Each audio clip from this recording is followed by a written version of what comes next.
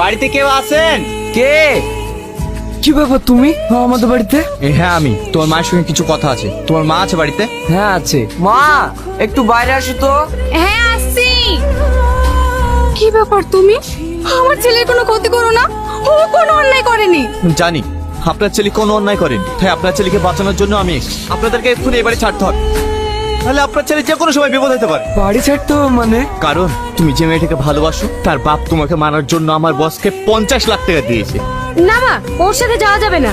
যে আমার ভাইকে মারতে এসেছিল সে আমাদের ক্ষতি করবে না, তার কি গ্যারান্টি আছে? যদি তাই হতো তাহলে তোমার ভাইকে আমি সেই দিনে মেরে দিতাম। তাই তোমরা আমাকে নির্ভয় বিশ্বাস করতে পারো। সালমা, আমার মনে হয় ছেলেটা ঠিকই বলছে।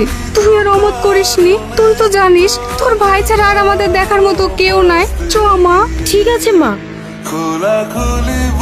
বাপ তুমি এসছো, আজ আমি রান্না করতে পারিনি মধু।